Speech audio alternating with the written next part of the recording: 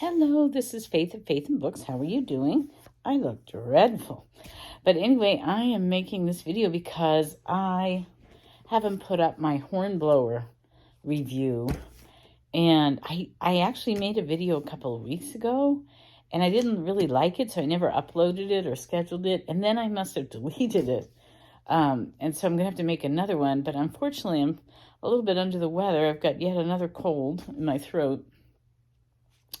So we'll see. Gosh, I haven't been sleeping well or anything. So I'm kind of a mess, but forgive that, please. And see this? I wanted to show this off. That's why another reason why I'm doing this from bed. I just got myself this. It's an early birthday present to myself because I was feeling so uncomfortable reading in bed anymore. I think just because I have arthritis in my neck and stuff like that. And I just couldn't get comfortable. So I just bought this. It's called a Hotspur backrest pillow. So comfortable. It's much easier to sit up in bed and read. So I really like it. Anyway, so you can see that I have absolutely no pride, and I'm just going to do this video from my bed, and then I'm going to drink my tea and relax. So this is Hornblower and the Hotspur. This is part of the Hornblower 2023 read-along, where we're reading one Hornblower a month from January to November. There are 11 in the series. We're reading them in the chronological order of Hornblower's life. So this is the third in the series, and it was very different in tone from the first two, and he, Forster wrote them in different orders, or it wasn't like he wrote them chronologically. So the first one was lots of short stories when he was just 17 starting out, and then it's a few years. And they were like short, exciting stories. It was like a compilation of that. And then the next one was told from the point of view of Hornblower's friend Bush, Lieutenant Bush. So that, was a different angle. This one is told, Hotspur, is told from Hornblower's point of view, though it's, it's not first person, it's third person narrator. I liked this novel a lot, but it was different in tone. My kids would say that it's angsty. There's a melancholy and an angstiness about it. And for me, I think I read it more psychologically than as an adventure book, because it's Hornblower really coming into adulthood. He must be approaching 30 now, and he's married. He gets married at the beginning of the book, and then he gets commissioned, or whatever you call it, assigned to be a captain on I think it was called a sloop, a smaller ship. And this is right when the Napoleonic Wars are picking up again after a treaty. And I don't remember my Napoleonic history enough to really know what exactly is going on. But his job is he's like a reconnaissance mission where he goes up and down the coast that they're blockading. So just over the horizon, there's all these bigger ships that are forming the blockade. And then his job is to go up and down the coast and gather information. And so he's got this smaller boat that's very quick, and he can gather information that way. So I felt like this book was teaching me how to be a captain. Like, it was just the perspective of your first, position like that, having that authority, all the things you have to know.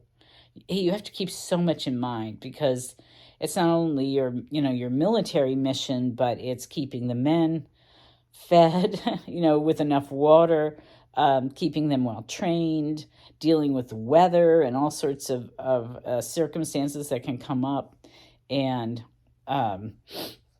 just having to know how to sail a ship, getting used to the ship, how the ship works, the quirks of the ship, the strengths of the ship, all that kind of, there's just so many little details, all the calculations you have to do with navigation and all that kind of thing. And so Hornblower is good at all that stuff, but he's very self-conscious. So there were two things going on in this book. One was his marriage to Maria. At the end of the last book, we had met Maria, and we could tell that Maria had a crush on Hornblower, and Hornblower was too tenderhearted to rebuff her. So you could see that was developing. It's very understated. Forster is very understated. He's almost too understated because I think some people don't read enough into what he's saying, and they found it really stilted. My husband responded that way, and the only other video I've seen on this Hornblower book, Hotspur, is Sean D. Standfast, and he had almost the same exact reaction as my husband did. So it must be, I don't know if it's a guy thing or if it's just how you're reading it. I read it as like it was a psychological thing. And it starts off with the marriage, and it's really awkward. It starts right off with Hornblower right before he says, I do. And he's thinking to himself, I can get out of this now because I know I'm not in love with her. I'm just marrying her because I feel sorry for her and I can't say no. And so the whole time he's play acting. He feels like he's play acting in this marriage. And the marriage is very awkward anyway because their honeymoon is 2 days, and then he has to go off on his mission. And Admiral Cornwallis shows up, gives the wedding toast, and then tells Hornblower what his mission is. And so it's so awkward, like they never have time to be married. And also Hornblower, has to adjust. Like he has to adjust to going to sea. And physically that takes adjustment because he gets seasick. So he's trying to have this position of authority as captain of the ship. At the same time, he's trying to cover up the fact that he's horribly seasick. And he's also kind of play acting with his marriage. He's always just trying to say whatever would please Maria, because he doesn't want to hurt her. And he now feels very, very responsible for her. So it's not a joyous thing to him. He's surprised when there is joy in it. Like he's surprised because Maria gets pregnant right away. And he, of course, is away. He doesn't see her for like a year. And they're getting letters. She's sending him letters. So intermittently, he'll get a bunch of letters from her. And then he has to learn. He's never written a love letter. He's writing a letter to a wife that he knows he doesn't love, although he has tender feelings for her. So everything's like he's play acting. He feels like he's play acting. And he also feels that to a degree in this new authority as captain of the ship and trying to get his, quote, sea legs about how to be a good captain. What kind of captain is he going to be? And he's not an official, that's not his official title as captain. At the very end, he gets officially made a captain, but he's just called captain because he's the head honcho on this sloop. Anyway, it has lots of adventurous stuff. Hornblower is his usual brilliant self, and he comes up with clever ways to get to the enemy. That my brain is kind of fuzzy now on the details of these. The only one I really remember in detail is they storm the semaphore tower that's on the coast that's sending information up to other French troops on the coast, and that's very dramatic. And what I liked about that too is that Hornblower, he's a naval guy in the middle of a war. He's got to do attacks and kill people if that's necessary.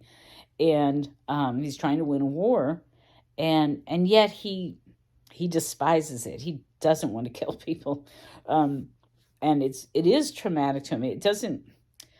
It's not so traumatic that it prevents him from operating, but he's got all these conflicting feelings.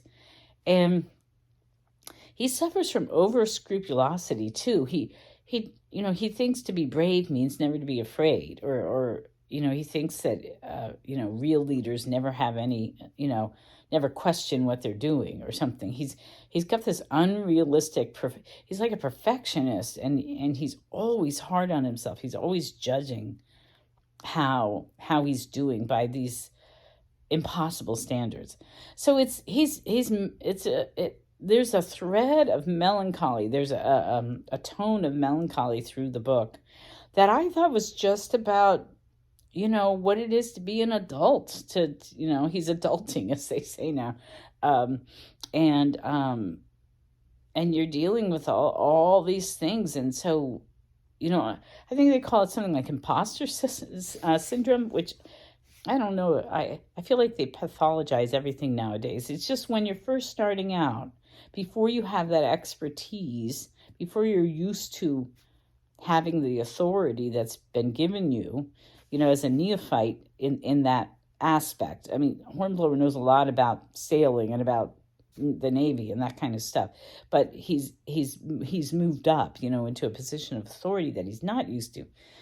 And you do, I think it only makes sense to feel insecure and because you have to learn by experience. So, anyway, so it was, I enjoyed reading it. I liked the psychological aspect of it. I didn't think his relationship with Marie was that stilted because he was play acting. He didn't know how to be a husband, and he was learning, and he didn't know how to be a captain. He was better at being a captain than he was. No, he wasn't a bad husband either. He was very conscientious, and he feels very responsible for her. And he was shocked he was surprised at himself that when he held his son, that he had paternal feelings for his son. So yes, I guess for me, maybe as a woman, I focused more on those aspects. But it was an exciting. It had exciting moments in it, and kind of heartbreaking moments. Like, he's very poor, and and he needs money. He's always aware of how shabby his clothes are, and that he doesn't have the other things that wealthier captains have. Excuse me. And so he, what was I going to say? Oh yeah, so there's this opportunity. He's never had an opportunity to get prize money. It's just never worked out for him. So there's this opportunity to get prize money. And he doesn't want to be greedy, but he could really use that money. So he goes off, but wouldn't you know it, it turns out that he doesn't get any of the prize money. So, but then that turned out to be okay too. Anyway, that is my summation and my review of Hornblower. So I'm going to read the next book at the very end of April, like everybody else is doing in the group. So, okay, I hope that was coherent, and I'm going to stop talking and drink my tea. Okay, bye.